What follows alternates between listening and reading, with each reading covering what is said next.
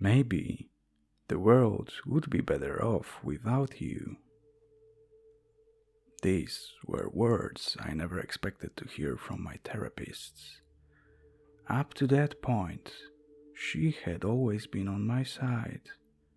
Despite the many flaws that made up my character, I had fleeting thoughts of suicide, but it was never something I intended to act upon. Sharing them with Dr. Covenwood was usually a comfort, something that her soothing voice and wisdom could easily dispel. Reciprocation never even occurred to me. "What?" I asked in confusion. She reached into her desk and pulled out a pamphlet, of which she handed to me. "People don't understand you, Jack. You're special. Let them live here in their ignorance. There's a better place for you. It's time to move on." It was a brochure of sorts. Next World was a paradise of the afterlife, equipped with a beautiful otherworldly charm and happy community that put even heaven to shame. At least, that's what the pictures and the descriptions made it seem like. I was baffled, but intrigued. "What is this?" I asked. "This is your solution. A place where you can live without fear or worry." She pulled out an envelope from the drawer and emptied it into my free hand. It contained a sharp silver utensil. "Leave tonight, Jack. Use this to do it. The portal will be opened, and you will travel into the next world. Trust me. It's for the best." Dr. Covenwood never looked so serious, but she didn't need to. Between my admittedly fractured psyche and the intense trust we developed over the years, I had an unhealthy attachment to her. Whatever she told me to do, I did without question. She could have told me to jump off the nearest bridge to my death, and I would have, just to appease her. I was a broken man. "Okay, if you say so." No further words were spoken. She simply gestured for me to leave and then turned around in the chair, facing the wall. I would be lying if I said our strange conversation hadn't shaken me. But I still agreed to her terms and left, once again putting my life in her hands. Rational thinking was a luxury I hadn't had in many years. That night, in a zombie-like stupor, I prepared. I sent the appropriate, vague goodbye messages to what family I had, and sent my pet cat Harvey outside to roam free with the strays in the area. With that, I ventured to my bedroom, turned the lights off, laid down in bed, and got to it. I'll spare you the details of the act itself. Just know that it was far from pleasant.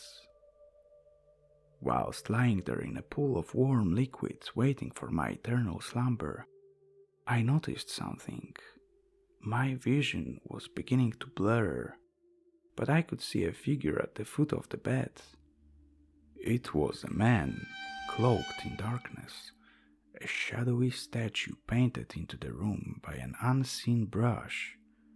A single ray of moonlight outlined his form, allowing me a glimpse at some of his features. He had grey hair and looked to be around 50 years of age. Covering his body, a suit you might see in the closet of an esteemed professor. Across his face, a wicked grin that stretched from ear to ear.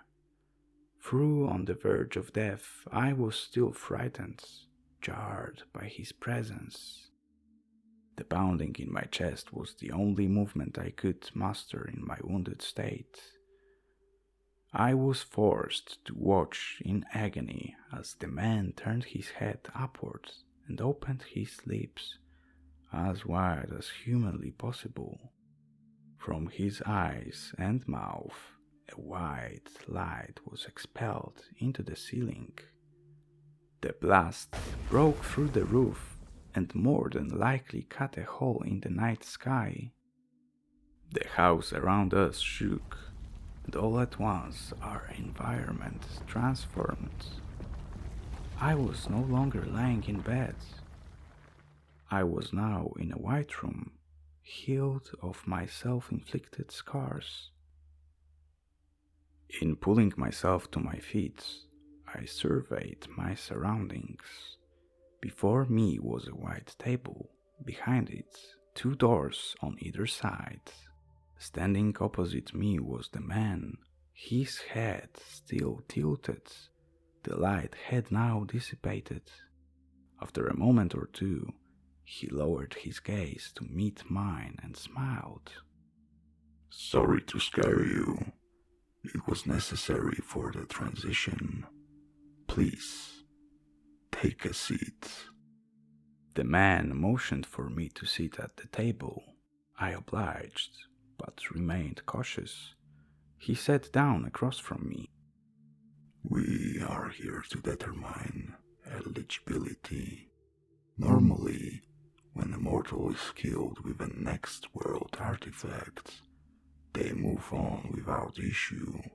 However, when it is done deliberately to oneself, a judgment is needed to complete the process. Make sense?" I was amazed. Dr. Covenwood was speaking the truth. The next world was real, and I was ready to take my place inside. Hopeful for a better existence, I nodded. "Good, we can begin." The man handed me a blank sheet of paper and fountain pen. "Answer truthfully. The paper will know if you're lying." To my astonishment, questions appeared on the page. I would write out my response, the ink would vanish, and the next query would present itself. Some were normal, asking for mundane personal information, while others probed for answers about my actions in deeply strange scenarios, such as, if given the choice, would you rather have your skin removed or your soul? It felt like an exam I could never have studied enough for. When all was said and done, I handed the paper over. The man put on a pair of old-fashioned spectacles and looked it over, as if what I wrote was still there. "Oh dear, this is not good. Not good at all." I looked at him perplexed. "What's wrong?" I said. "You were referred by one Elizabeth Covenwood." "Yes," I said. "Is there an issue?" "Well, Dr. Covenwood has recently been brought to our attention for violating one of our sacred rules. She's what we call a collector." I was confused. Collector? "Yes, she's sent many a patient to the next world in hopes of easing their pain. Collectors are usually malevolent by nature, killing the innocent with our artifacts and feeding off of their energy expelled from the act. She's different. Her intentions are morally sound, but her actions still conflict with our codes of conduct. She's even gone so far as to pass around non-sanctioned printed material revealing privileged information about this place, as I'm sure you've seen." "What does this mean exactly?" I asked. The man bore a heavy look of disappointment. "Unfortunately, given the unique circumstances of your departure from Earth, You are considered non-eligible for residency in the next world. You will now be escorted to the other world instead. Other world? Where's that? Will I be okay? The man offered no reply or consolation. Within a matter of seconds, I was lifted from my seat by an unseen force and pinned to the surface of the table. The man stood up from his chair and pulled a strange-looking dagger out from within his jacket. I tried to break free, but it was no use. The sharp point gently caressed my skin, forming an X on my torso, just below the heart. In a flash, I was lifted again and then pushed into the door at the right-hand side of the room. It was swiftly shut behind me. I turned back, but the door was gone. Around me, an endless black void. I ran desperately to find even a sliver of light in the darkness. This endeavor was unfruitful. No direction offered any dissonance. The only thing that broke up the landscape was the occasional shadow in the corner of my eye, slightly darker than the canvas behind it. I would glance over in an attempt to catch it in my field of view, but it was too fast. Before I knew it, I was pinned in place again, sprawled out on the floor beneath me. Shadowy figures loomed overhead. With them came voices. 3 distinct whispers in the dark. It's different than the rest. You say that about every human. They're all different. Shall we learn from it? I'll prepare the fragmenter once the examination is complete. Why do we even bother with that thing? They can't die here. It's just torture. Don't forget your training. Anguish is the energy that powers the next world. It is the payment we make in exchange for studying these creatures. I suppose that makes sense. Who would like to make the first incision? May I, Overseer? It'll be my first. If you slip, its form will fragment too early, and we will have to wait 1,000 years for it to reconstitute. I can't even begin to fathom what this type of being would experience in that time. I'm aware of the risk. I believe I am ready. Very well, you may begin. One of the shadows reached for me. I screamed as loud as my lungs would permit. The fear had fully set in. I no longer wished to be dead. This was not what I signed up for when I pushed that silver metal into my flesh. I was blindly fulfilling Dr. Covenant's wishes. That much is true. Still, I secretly hoped that afterlife would offer me some solace. A peaceful existence, free from the thoughts and memories that plagued me back on Earth. This was something far more sinister, a truth I never wanted to know. Before the shadow could make contact, I fell into a deep, dreamless sleep. Faint voices filled the room. He's lost too much blood. I was in and out of consciousness for a while. Should we get the pedals? My vision was fuzzy. There were forms around me, but I could not make out anything discernible. He's back. We have to keep going. I couldn't hold on any longer. I had no choice but to succumb to the weariness and drift off. I came to in a brightly lit room. It was spinning, but eventually stopped, revealing its design. It was a hospital room.